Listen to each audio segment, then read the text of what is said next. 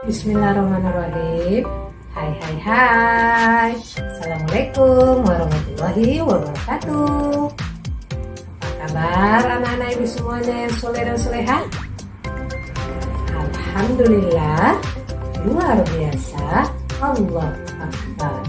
Mudah-mudahan kita semuanya diberi kesehatan ya, sehingga anak-anak ibu tetap semangat belajarnya.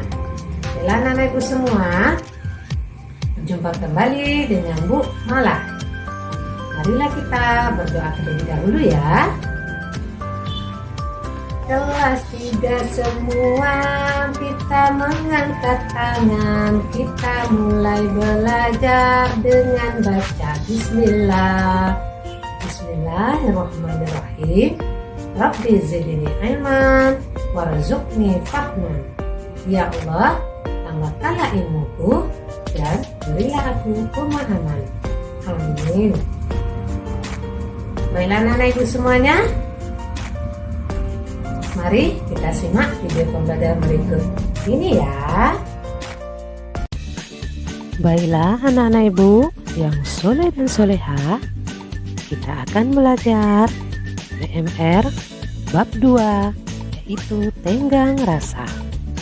Adapun tujuan pembelajaran kita hari ini, diharapkan setelah melihat video pembelajaran ini, anak-anak ibu mampu 1. Memahami makna dan contoh tenggang rasa menurut tunjuk ajar Melayu. 2. Melakukan tenggang rasa dalam pergaulan. 3. Menjawab pertanyaan dari cerita yang didengarkan ataupun yang dibaca. Mari anak-anak ibu semua, kita simak ya video pembelajaran kita berikut ini. Times to study. Waktunya kita belajar. Adakah anak-anak ibu di rumah yang tahu arti dari pepatah Melayu berikut ini?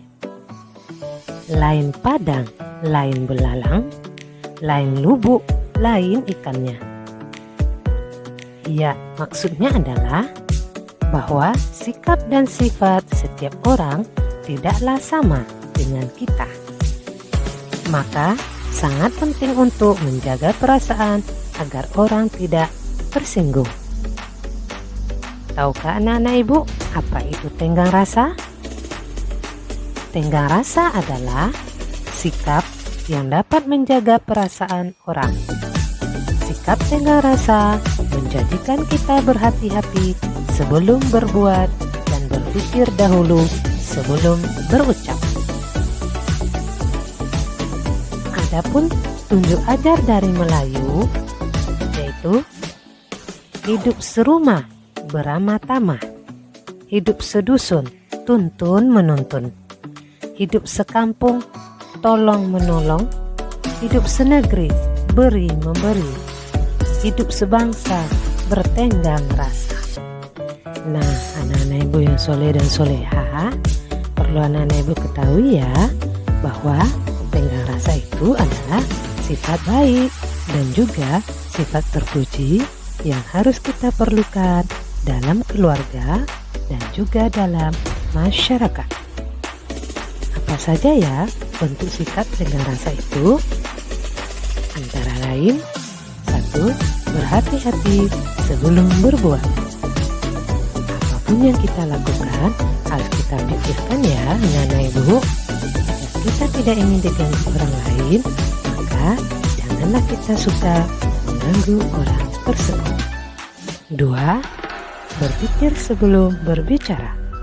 Setiap perkataan yang kita keluarkan jangan sampai menyinggung perasaan orang lain. 3. Berbaik sangka. Biar anak-anak ibu lebih paham tentang tenggang rasa, mari kita simak cerita kura-kura dan beruk berikut ini ya. Simak baik-baik. Are you ready? I'm ready, Bu. Kura-kura dan beruk. Kura-kura menemukan pisang yang sudah masak. Namun buahnya masih di batang. Sedangkan kura-kura tak bisa memanjat. Akhirnya kura-kura membaca pantun dengan suara yang keras. Daun kelapa dibuat sapu, jalin dengan rotan segati. Siapa sedia menolong aku? Tentulah ia kawan sejati. Kura-kura terus-menerus membaca pantun hingga terdengar oleh buruk dari jauh. Buruk segera datang menemui kura-kura. Melihat kedatangan buruk, kura-kura pun gembira. Segera ia meminta bantuan buruk untuk memanjat dan memetik buah pisang tadi. Dengan senang hati, buruk pun memanjat. Sampai di atas, buruk memetik satu buah pisang, lalu memakannya. Kemudian dia ambil lagi satu buah, lalu dia makan pula. Begitu juga buah pisang ketiga, keempat, dan seterusnya. Kura-kura yang menunggu di bawah menjadi kesal. Dia meminta buruk untuk memetik satu buah untuknya, tapi buruk pura-pura tak dengar. "Buruk!" teriak kura-kura. "Kenapa tak mau ambilkan satu buah untukku? Kan aku yang punya pisang ini." "Itu salah kau sendiri karena tak bisa memanjat," menjawab buruk. Mendengar itu, kura-kura semakin merasa kesal dan sakit hati. Dia segera pergi dari tempat itu, kemudian sembunyi di bawah pokok kayu yang tumbang. Setelah kenyang, buruk segera turun dan mencari kura-kura. Ketika sampai di pokok kayu tumbang, buruk pun duduk di atasnya. Dia tak tahu kalau ada kura-kura di bawah pokok kayu itu. "Kura-kura, kau di mana? Jangan merajuk gitulah," teriak buruk. Namun kura-kura diam saja. "Kura-kura, cepatlah keluar," teriak buruk lagi. "Kalau kau tak keluar, aku pergi balik." "Oi," jawab kura-kura dari bawah pokok kayu. Buruk mendengar jawaban kura-kura. Dia menyangka itu adalah suara angin dari duburnya. Buruk menampar duburnya kuat-kuat.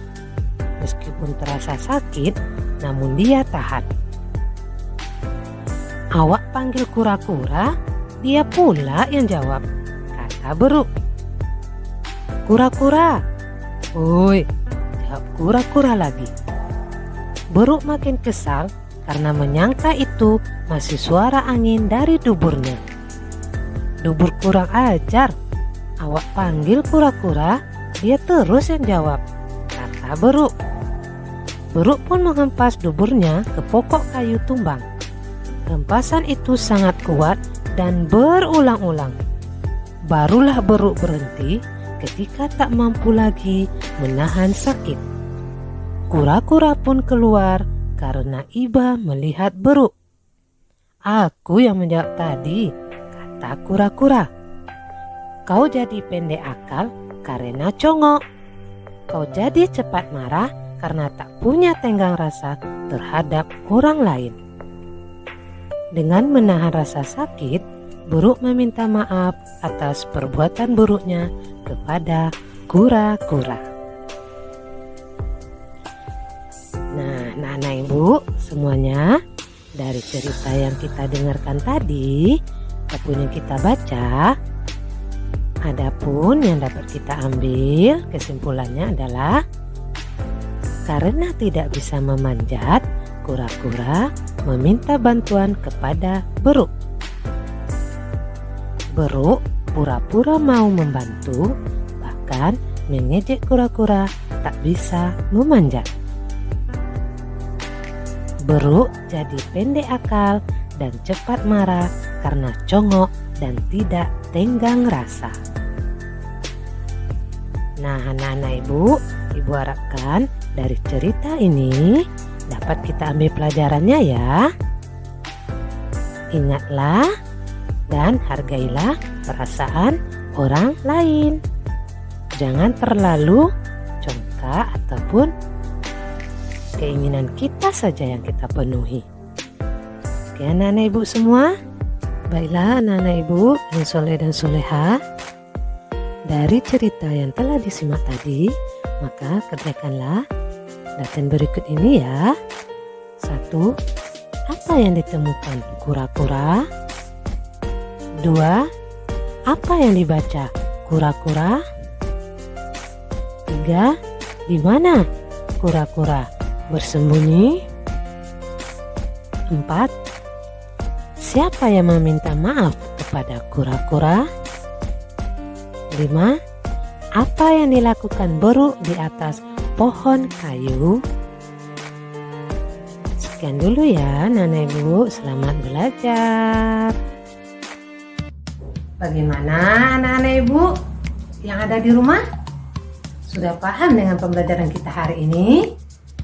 Jika sudah, jangan lupa ya, kerjakanlah latihan yang sudah ibu berikan. Tetaplah semangat belajar, jagalah protokol kesehatan di rumah. Sampai jumpa kembali anak-anak ibu semuanya.